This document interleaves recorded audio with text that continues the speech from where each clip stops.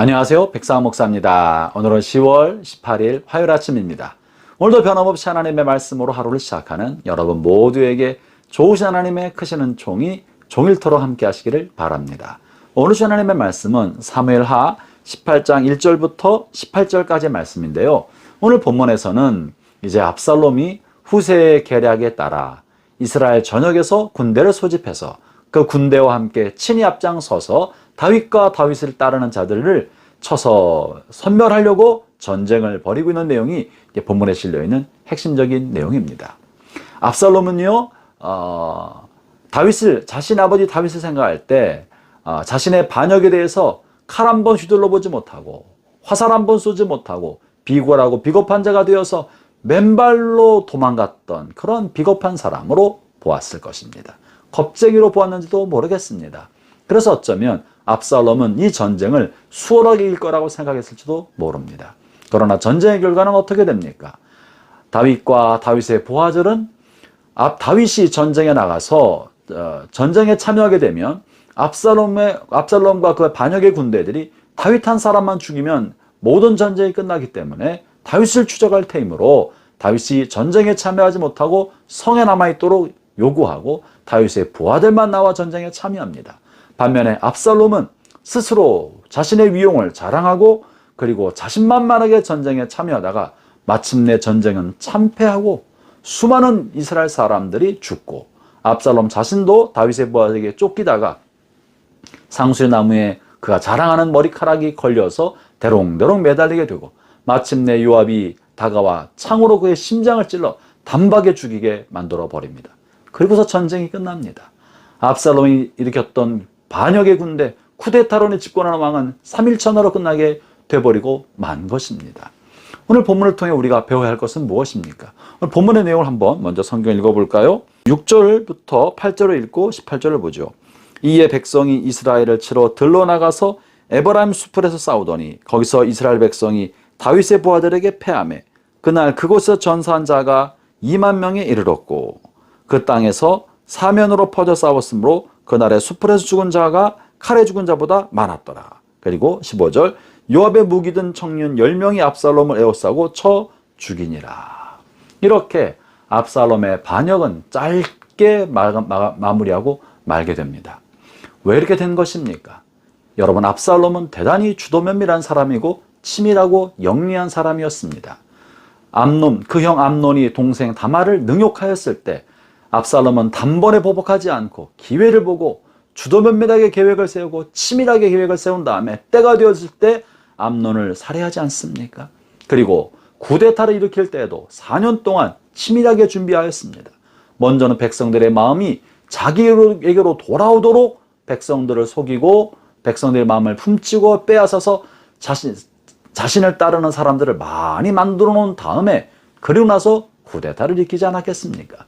그의 주도면밀함이 얼마나 탁월했으면 다윗의 신복들과 다윗의 참모마저도 압살롬의 편에 설 만큼 압살롬은 주도면밀하고 영악하게 사람들의 마음을 사로잡았던 것입니다.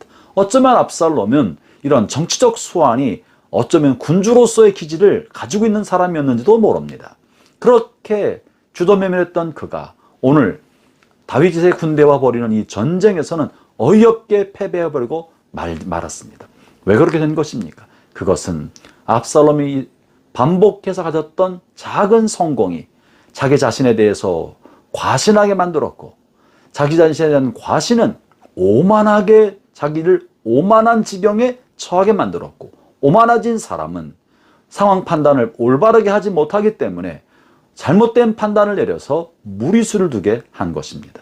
그 무리수는 이제 이 한 번으로 왕과 자신의 아버지 다윗 왕과 그를 따르는 모든 사람을 섬멸시키면 자기의 왕권이 든든해질 것이라고 생각해서 이스라엘 전역에서 군대를 모아서 다윗과 그에 따르는 사람들을 섬멸하려고 한 번에 죽이려고 큰 전쟁을 일으켰던 것이에요. 그리고 그 전쟁을 쉽게 이길 거라고 생각했던 것입니다. 사랑하는 형제자매 여러분, 우리가 우리 인생을 살아가면서 얻게 되는 크고 작은 성공의 스토리는 우리 자신의 능력 때문에 된 것만은 아닙니다. 주변에서 도와주는 사람과 상황과 여건이 허락해주고 그 위에 하나님의 은혜가 더해서 우리에게 작은 성공, 작은 승리, 좋은 스토리가 우리의 삶 속에 생기게 된 것이죠. 대학도 그렇고요. 직장 생활도 그렇고요. 무언가 여러분의 사업에 잘된 스토리가 있습니까? 그것은 하나님의 은혜인 것입니다. 그러나 이 성공의 스토리가 몇 번 거듭 반복되는 순간 나 자신이 정말로 탁월한 사람이며 능력 있는 사람이며 무엇든지 해낼 수 있는 사람이라고 착각하게 됩니다. 그 착각은 결국은 내가 이번에 한 방으로 큰 거를 거둬보자. 이 큰 한 건을 거두어서 나의 삶을 좀 더 안정적으로 든든하게 만들자라고 오만한 판단을 하게 되는 것입니다. 지금 압살롬이 그런 거예요. 아버지와 관계를 어떻게든지 만들어 본다거나 다른 길을 생각하지 않고 아버지 다윗과 그를 따르는 사람을 모두 한 번에 섬멸시키겠다는 오만한 생각으로 큰 전쟁을 일으켰다가 아버지 다윗이 얼마나 탁월한 용사이며 전쟁에 능한 사람이며 그를 따르는 군대의 사람들이 목숨 걸고 싸우는 훌륭한 명장이고 생사를 결탁한 그런 탁월한 사람이라는 것을 간과하였던 것입니다. 반면에 압살롬과 압살롬을 따르는 사람은 생명을 결탁한 관계가 아니라 그저 새로운 왕이 생겼으니 그의 소집 명령에 동원된 사람에 지나지 않았습니다. 그들의 사기는 목숨을 걸고 싸우는 다윗의 군대라 비교할 바가 못됐던 것이죠. 압살롬은 이런 면에 있어서 오만함으로 무리수를 두고 오만함으로 잘못된 판단을 내렸다가 인생을 망치고 패망한 사람이 되어버리고 말았던 것입니다. 사랑하는 형제자매 여러분, 여러분의 삶에 얻은 크고 작은 성공이 있습니까? 겸손하기를 바랍니다. 하나님께서 은혜를 주신 것입니다. 하나님이 우리가 성공할 수 있도록 모든 여건을 조성해 주셨기 때문에 가능한 것입니다. 여러분이 잘 되고 있을 때 더 많이 겸손하십시오.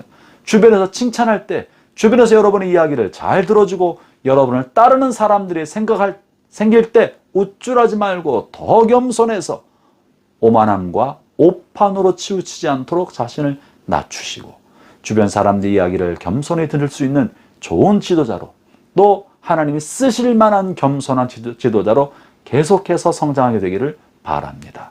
오늘도 하나님의 말씀과 함께 겸손한 마음으로 하루를 시작하는 여러분 모두에게 하나님의 도우심이 내내 함께 하시기를 바랍니다. 기도하겠습니다. 하나님 아버지 감사합니다. 우리가 우리의 생애를 살아오는 동안에 잘 되는 일이 있다면 그것은 하나님의 은혜요. 우리를 도와주는 사람들이 있었기 때문에 생긴 감사의 제목인 줄로 압니다. 삶의 자리가 어떠하든지 오만하지 않게 하시고 교만하지 않게 하시고 날마다 겸손하게 하나님께 감사하고 우리를 돕는 이들에게 감사하는 마음으로 하루하루를 살아가도록 도와 주옵소서. 예수님 이름으로 기도합니다. 아멘.